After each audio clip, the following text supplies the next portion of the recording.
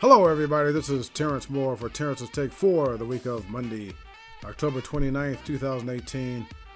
Sad news, Willie McCovey. Willie McCovey, the great Willie McCovey, you know, Big Mac, Stretch, one of the greatest left-handed sluggers of all time. He died Wednesday, San Francisco, age 80. And, you know, Willie, there's so many things to say about Willie McCovey. And this is very minor what I'm going to play for you right here. Listen to this. Willie McCovey was baptized a ball player on the sandlots of Mobile, Alabama, where he was born. He left the pre-civil rights Deep South to become a disciple of Jackie Robinson. Jackie was the reason that I played baseball, really. Jackie gave us hope that there was something else beyond, Mobile and sandlot baseball. Known affectionately as Stretch because of his towering 6'4" frame, McCovey was signed by the Giants in 1955. He played 19 of his 22 seasons in San Francisco, often in the shadow of another Giant, Willie Mays. From day one in San Francisco, I was liked and adopted, and that's something Mays didn't have when he first went out there. McCovey officially launched his career by going 4 for 4 in his debut game, on his way to a career that included 521 home runs. Upon his retirement in 1980, he claimed the most homers ever by a National League left-handed hitter. That record stood for 21 years until it was broken by yet another Giant, Barry Bonds. In the heart of baseball's second dead ball era, and long before the steroids era, McCovey was arguably the most fearsome hitter in the game. I got the bat taken out of my hands a lot. Who's to say I wouldn't have hit a few had they pitched to me? He was a Rookie of the Year in 1959, an MVP 10 years later, yet he entered Cooperstown without a World Series championship, having come so tantalizingly close in 1962 against the Yankees. Here's the pitch to Willie. Here's a liner straight to Richardson. The ball game is over and the World Series is over. Today, McCovey Cove in San Francisco stands as an enduring legacy where home runs splash down beyond the right field wall. McCovey Cove, out of here! How fitting that it takes a majestic blast to reach the place named in honor of the man called Stretch. Oh, but he was much, much more than that, particularly for those of us who are either from San Francisco or lived in San Francisco. I worked out there for 5 years in the 1980s. And I want to tell you something. Willie McCovey was as big as the Golden Gate Bridge, sourdough bread, Nob Hill, fog, cable cars, Tony Bennett, Sausalito. I mean, he was San Francisco. I can't tell you how big this guy. San Francisco is magic for a lot of things, but McCovey was magic to San Francisco and vice versa. And, back when I worked for the San Francisco Examiner, I met him many times and talked to him many times before, and I can't think of too many nicer athletes on the face of the earth, and particularly for a guy that was a superstar. I mean, he was just unbelievable, just a gentle soul. And, and the thing that's interesting, a lot of people don't realize how much pain this guy was in. Certainly in the last 5, 6, 7, 8 years, he was in a wheelchair. He had just multiple knee surgeries, just one after another. He almost died 3 years ago, had an infection, and survived that. He also had personal tragedy with tax evasion in 1990, the 1990s, and President Barack Obama saved him from that because he was convicted, but he was pardoned by Barack Obama on the way out back in 1996. Everybody loved that. But, getting back to the pain, the physical pain, I mean, this guy had the physical pain even when he was playing. He played for 22 years in Major League Baseball, and then most of the time his knees, I mean, it just used to hurt just to watch him walk around out there. But then again, if you hit the ball as far as he hit the ball, he didn't have to walk very much. He could just trot around those bases 521 times. That's how many home runs he hit. It was unbelievable. But, I want to just tell you some things about Willie McCovey that were very fascinating. One, as you probably know, there was another Willie who played in San Francisco at the same time as Willie McCovey, Willie Mays. And I want to tell you something. Willie Mays was never loved in San Francisco. Willie Mays was liked in San Francisco, but Willie McCovey was loved in San Francisco. they never really warmed up to Willie Mays. And I know you're saying that, well, wait a minute, right? That doesn't make any sense. Well, you had to have lived out in San Francisco like I did. Listen, Willie McCovey was considered one of their own. Willie Mays was considered the other guy. Because Willie Mays, he started with the New York Giants back in 1951. Played for the Giants in New York until 1957. He had that little break when he went to the armed forces. But, the Giants moved to San Francisco from New York in 1958, and that was a year before Willie McCovey came to the Giants in 59. But Willie Mays was still looked at as the other guy, all right? Willie McCovey is the guy that always played for San Francisco. And from day one, they loved him. Yeah, you just heard that sound clip. Willie McCovey won Rookie of the Year, but we just went further than just that.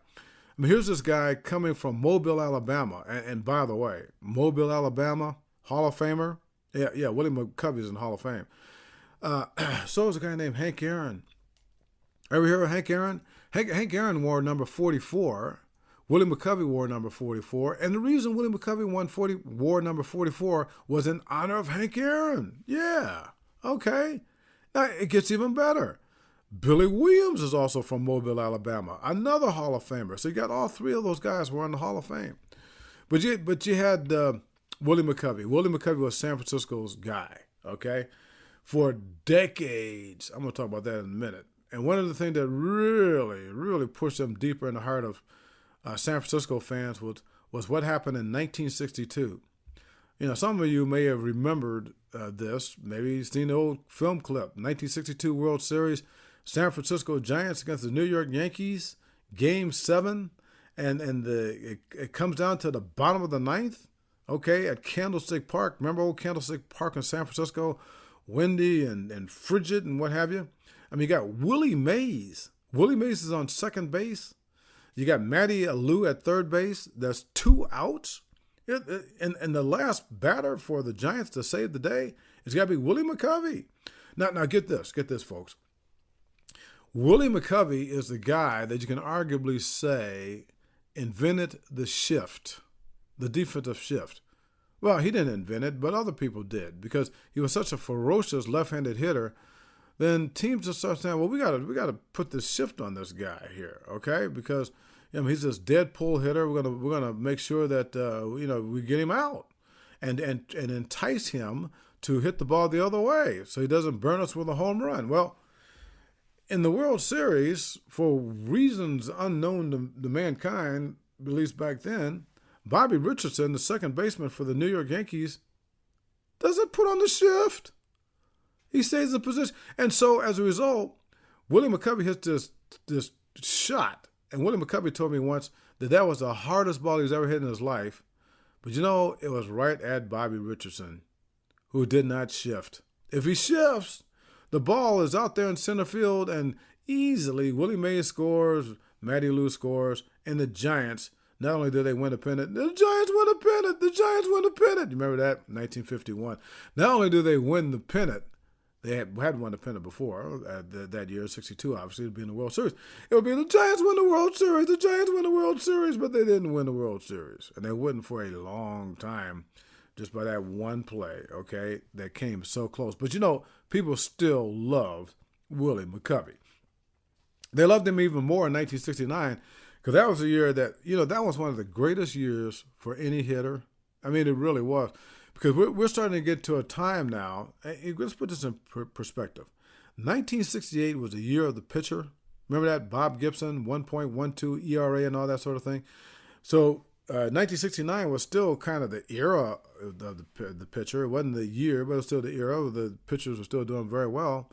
Well, that year, 1969, San Francisco Giants National League, Willie McCovey hits 45 home runs. Think about that.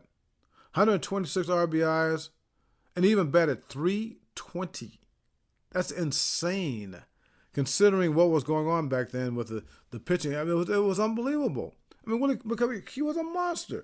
Willie McCovey, one of my favorite stats. I love grand slams. Grand slams connotate clutchness, right? Okay. Guess who holds the National League record for grand slams? Willie McCovey, 18. Unbelievable. Yeah, and this explains why they've got a statue of the guy at Candlestick Park. And I know you're saying, well, they got a statue of Willie Mays too, yeah, and some other guys. But not only do they have a statue of Willie McCovey rather at AT&T Park in San Francisco, they got McCovey Cove behind right field. I mean, he's got a whole cove. So, people, when Barry Bonds played for them, he would hit that ball, over the fence and into the water there. And that was McCovey Cove. Okay, he got the statue and everything. And again, I mean, this didn't make Willie Mays too happy. I wouldn't say Willie Mays disliked Willie McCovey, but he was always envious of the fact that no matter what Willie Mays would ever do in San Francisco, he would never be Willie McCovey. That's just the way it was. That's just the way it still is. Okay, Willie McCovey is the most beloved San Francisco Giants. But now watch this. It goes deeper than that. You can make the case that Willie McCovey was the most beloved athlete in the history of San Francisco. Yeah, I mean, really. Until, I'd say, the 1980s came along. And a guy named Joe Montana started winning Super Bowls. Not only did Joe Montana win one Super Bowl, or two, or three, he won 4. He never lost. Joe Montana's 4-0. And then they had that little thing, the throw and the catch against the Dallas Cowboys that triggered it all back in 1981. Remember that? Okay. So, yeah, it might be Joe Montana as the favorite San Franciscan, okay, or at least player who played for San Francisco, because Joe Montana's from Pennsylvania, okay. McCovey, but, McCovey is the San Francisco guy. I'm still going to give it to Willie McCovey, at least for San Francisco. Joe DiMaggio, by the way, he's from San Francisco, but of course he played for the Yankees. But here's Willie McCovey actually played for the Giants, so it's still got to be McCovey. And then you got out there in San Francisco, you got Oakland, so it's like the Oakland, San Francisco Bay Area. You got the Oakland Raiders, the Oakland A's. A's had all those great players like Reggie Jackson and Catfish Hunter and Blue Moon Odom, and remember all those guys? The Oakland Raiders, with Al Davis's gang and Ken Stabler and Otis Sistrunk and Fred Biletnikoff and George Blanda, right? People love George Blanda. Wow, this is good. But you know what? It's still Willie McCovey. I'm taking Willie McCovey. Willie McCovey to me is still the most beloved, let's put it that way, the most beloved player in the history of not only San Francisco, but I would say the Bay Area. You got to give it to him. And I want to tell you something that I will never forget. I was there in 1977 in Cincinnati for one of the greatest things I've ever seen, ever. I was an intern at the Cincinnati Enquirer, and I was there doing a side story at Riverfront Stadium. That was a Big Red Machine. Remember the Big Red Machine? Johnny Bench, Pete Rose, Joe Morgan, Tony Perez. I mean, they were awesome. Those were my boys. I loved that team. The Big Red Machine. That won back-to-back World Series. Matter of fact, they're the last National League team that went back-to-back World Series in 1975 and 1976. So here they were in 1977, and they made I can't even say it, the most ridiculous trade in the history of Major League Baseball. Hey, I was a Big Red Machine fan, so I'm going to say that. When they got rid of Tony Perez, who was the heart and soul of the team. So 1977, they're still the Big Red Machine without Tony Perez. They're still hitting a lot of home runs. They're still doing a little bit of this, a little bit of that. But the one thing that they weren't a pitching team. Okay, they had all kind of issues with pitching. All right, and it came to I guess the height of ridiculousness in June of 1977. I was there, Riverfront Stadium. All right. And the Reds are playing the San Francisco Giants back then. Little did I know that 3 years later I'll be covering those same San Francisco Giants. But anyway, they're playing the San Francisco Giants, and they've got like an 8-4 lead in the 6th inning. I remember Jack Bellingham was on the mound, and Jack Bellingham had been a pretty functional pitcher in the early part of the 70s, but by that time he was like not the best. But Willie McCovey comes up at the bat in the 6th inning, and he just rips the ball. I mean, that was like one of the hardest hit balls I've ever seen in my life, okay?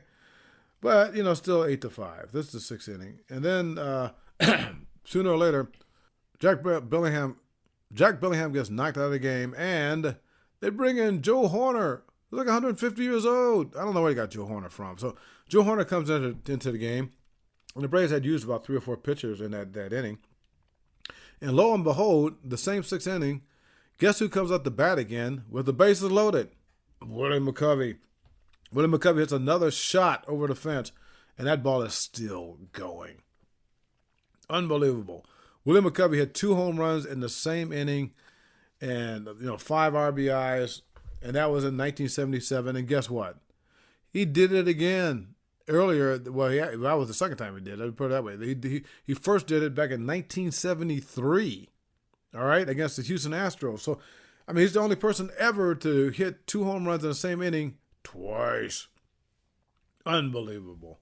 We're going to miss that. But I want to tell you what I'm really going to miss, and I'm getting sad just thinking about this. One of my biggest thrills in 40 years of being a sports journalist was making those trips to Scottsdale, Arizona.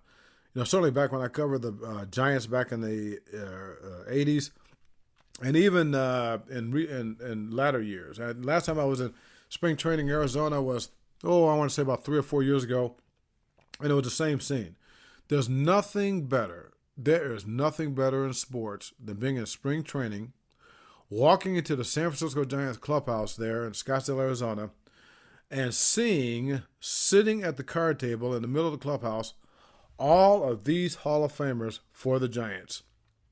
I mean, you got Juan Marichal, Orlando Cepeda, Gaylord Perry, and then, of course, the 2 Willies, Willie McCovey and Willie Mays.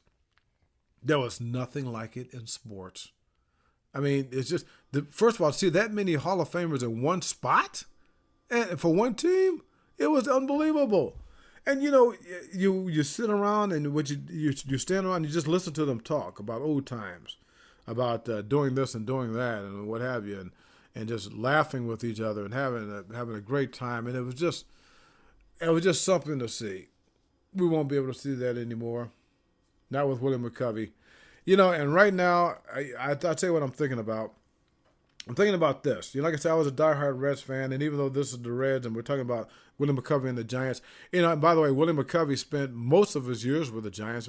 He took that one little break in there when he played elsewhere, but he came back to the Giants after a brief stay with the Oakland A's and also the San Diego Padres, because his career with the Giants. And by the way, that 1977 year, that was one of his comeback years with the Giants. That was when he was 39 years old, and he still had 28 home runs that year, all right, and 86 RBI. So, I mean, that was a Renaissance year. But anyway, what I think of now as an old Reds guy, but this is time of the Giants, the Reds had this guy, this announcer for years named Joe Nuxhall. And Joe Nuxhall used to have this saying at the end of his broadcast, whenever he finished doing his post-game show, he would say something. And he was talking about himself. Joe Nuxhall was a left-handed pitcher, Major League Baseball. And remember now, Willie McCovey was a left-handed slugger. What Joe Nuxhall said about himself back then applies to Willie McCovey right now. And that is, he would say at the end of his broadcast, Joe Nuxhall, and again, this is for Willie McCovey, the old left-hander is rounding third and heading for home. Good night, everybody. See you next week for Terence Estate.